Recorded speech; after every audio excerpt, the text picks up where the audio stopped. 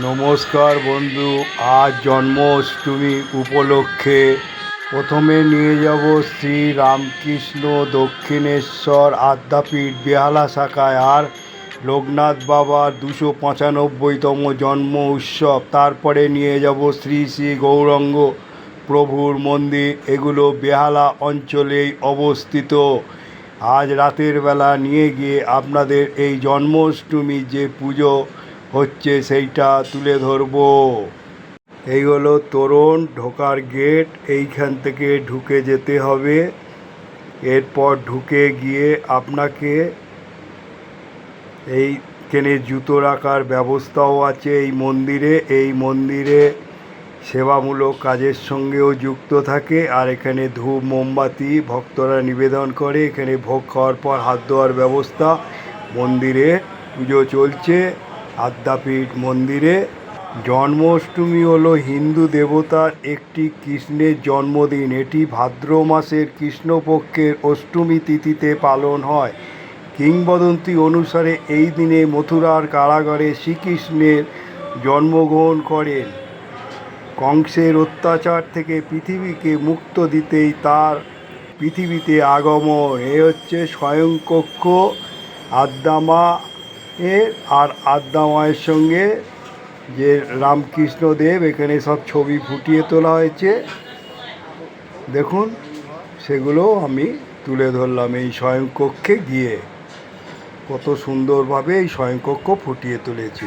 মূলত এটি বৈষ্ণব সম্প্রদায়ের একটি গুরুত্বপূর্ণ উৎসব।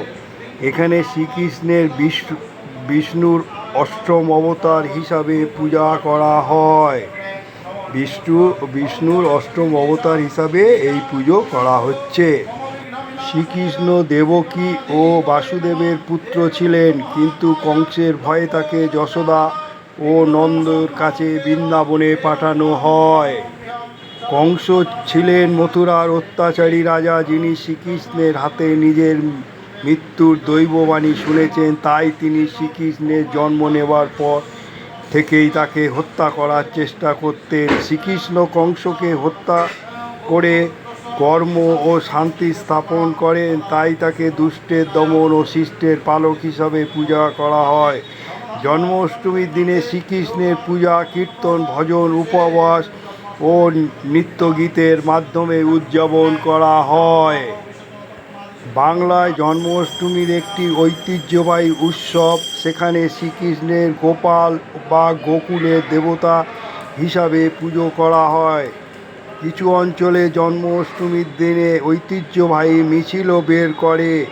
বিভিন্ন পৌরাণিক চরিত্রের সাজে সজ্জিত হয়ে সকলে অংশ নেয় এই আদ্যামায়ের মন্দিরে। এখানে পুজো চলছে জন্মাষ্টমী উপলক্ষে, সেটা আপনাদের কাছে তুলে ধরছি। দেখুন কত সুন্দর। আর এই মন্দিরে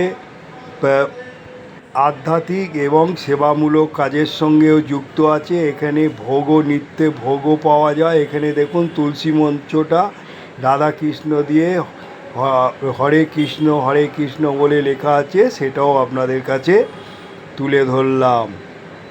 এইখানে দেখুন মন্দিরে ঢোকার মুখেই এই হলো তুলসী মঞ্চ, কত সুন্দরভাবে গড়ে উঠেছে। আর এই হলো ভোগের এখানে ঘর।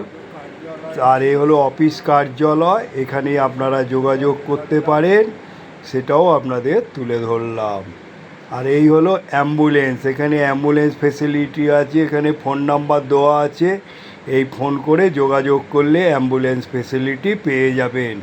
যারা বেহালা অঞ্চলের বাসিন্দা তারা যোগাযোগ করতে পারেন, সেটাও তুলে ধরলাম একটা ছোট্ট ব্লকের মাধ্যমে।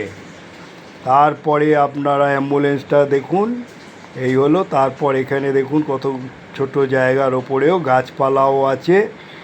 আর এখানে পুজো করছে পণ্ডিত মশাই কত সুন্দরভাবে। আর জন্মাষ্টমীর পুজো হচ্ছে এই মন্দিরে, সেটাও আপনাদের কাছে তুলে ধরলাম। এটি একটি গুরুত্বপূর্ণ উৎসব, বিশেষত হিন্দু ধর্মের বৈষ্ণব ধারায় জন্মাষ্টমীর সাথে যুক্ত বিভিন্ন আচার অনুষ্ঠানের মধ্যে উৎসবমুখর উদযাপন, ধর্মীয় গ্রন্থ ও পাঠ আবৃত্তি। ভগবত পুরাণ অনুসারে কৃষ্ণলীলা নৃত্য নাট্যরূপ, মধ্যরাতে ভক্তিমূলক সঙ্গীত পরিবেশনা, উপবাস পালন, অনেক দিন ব্যাপী উপবাস করে মধ্যরাতে ভোজের মাধ্যমে ভঙ্গ করেন। কৃষ্ণ জন্মাষ্টমী শুধু ভারতেই নয়, বিদেশেও ব্যাপকভাবে পালিত হয়। আবারে আপনাদের এনেছি বেহালার শ্রী শ্রী গৌরাঙ্গ প্রভুর মন্দিরে, সেখানেও এখানে জন্মাষ্টমী পালন হচ্ছে, সেটাও আপনাদের কাছে তুলে ধরছি। দেখুন এখানে প্রসাদ বিতরণ করছে, পুজো হয়ে গেছে। এই মন্দিরে শিব পার্বতীও আছে এবং এখানে গোপাল রেখে দিয়েছে, একটু শিবলিঙ্গ আছে, আর নিত্যানন্দ আর গৌরাঙ্গ বিরাজ করছে, তার সঙ্গে মধ্যিখানে রাধাকৃষ্ণ বিরাজ করছে এই মন্দিরে।